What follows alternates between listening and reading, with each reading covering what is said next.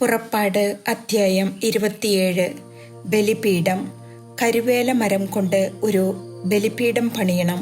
അത് സമചതുരമായിരിക്കണം. നീളവും വീതിയും 5 മുഴം, ഉയരം 3 മുഴം. ബലിപീഠത്തിന്റെ 4 മൂലകളിലും അതോട് ഒന്നായി ചേർന്ന് നിൽക്കുന്ന 4 കൊമ്പുകൾ നിർമ്മിച്ച് ഓടുകൊണ്ട് പൊതിയണം.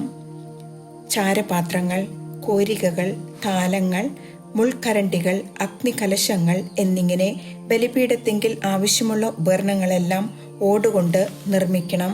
ബലിപീഠത്തിനു വേണ്ടി ഓടുകൊണ്ടുള്ള അഴികളും ഉപയോഗിച്ച് വലയുടെ രൂപത്തിൽ ഒരു ചട്ടക്കൂടുണ്ടാക്കണം. അതിൻ്റെ 4 മൂലയിലും ഓരോ ഓട്ടുവളയം ഘടിപ്പിക്കണം. ചട്ടക്കൂട് ബലിപീഠത്തിന്റെ മുകളിലത്തെ അരികുപാളിക്ക് കീഴിൽ ഉറപ്പിക്കണം. അത് ബലിപീഠത്തിന്റെ മധ്യഭാഗം വരെ ഇറങ്ങി നിൽക്കണം. കരുവേല മരം കൊണ്ട് ബലിപീഠത്തിന് തണ്ടുകൾ നിർമ്മിച്ച് ഓടുകൊണ്ട് പൊതിയണം. ബലിപീഠം വഹിച്ചു കൊണ്ടുപോകാനായി അതിൻ്റെ ഇരുവശങ്ങളിലും വളയങ്ങൾ ഘടിപ്പിച്ച് അവയിലൂടെ തണ്ടുകൾ ഇടണം. പലകകൾ കൊണ്ട് അകം പൊള്ളയായി ബലിപീഠം പണിയണം.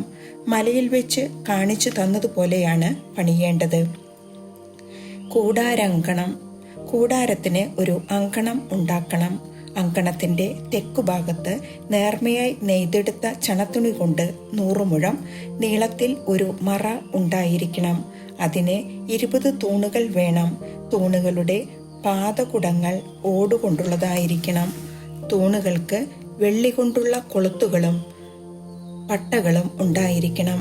അപ്രകാരം തന്നെ വടക്കുഭാഗത്ത് നെറുകെ 100 മുഴം നീളമുള്ള മറയും മറ തൂക്കുന്നതിന് 20 തൂണുകളും അവയ്ക്ക് 20 ഓട്ടുപാദകുടങ്ങളും വെള്ളി കൊണ്ടുള്ള കൊളുത്തുകളും പട്ടകളും ഉണ്ടായിരിക്കണം.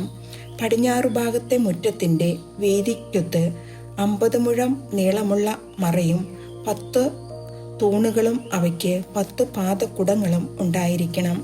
കിഴക്കുഭാഗത്തെ മുറ്റത്തിന്റെ വീതി 50 മുഴമായിരിക്കണം. കവാടത്തിന്റെ ഒരു വശത്ത് 15 മുഴം നീളമുള്ള മറയും 3 തൂണുകളും അവയ്ക്ക് 3 പാദകുടങ്ങളും ഉണ്ടായിരിക്കണം. കവാടത്തിന്റെ മറുവശത്തും 15 മുഴം നീളമുള്ള മറയും 3 തൂണുകളും അവയ്ക്ക് 3 പാദകുടങ്ങളും വേണം. അങ്കണ കവാടത്തിന് 20 മുഴം നീളമുള്ള ഒരു യവനിക ഉണ്ടായിരിക്കണം. നീലം, ധൂമ്രം, കടും ചുമപ്പ് എന്നീ നിറങ്ങളുള്ളതും നേർമയായി നെയ്തെടുത്തതും ചിത്രത്തയ്യൽ കൊണ്ട് അലങ്കരിച്ചതുമായ ചണവസ്ത്രം കൊണ്ടാണ് യവനിക നിർമ്മിക്കേണ്ടത്. അതിന് 4 തൂണുകളും അവയ്ക്ക് 4 പാദകുടങ്ങളും ഉണ്ടായിരിക്കണം.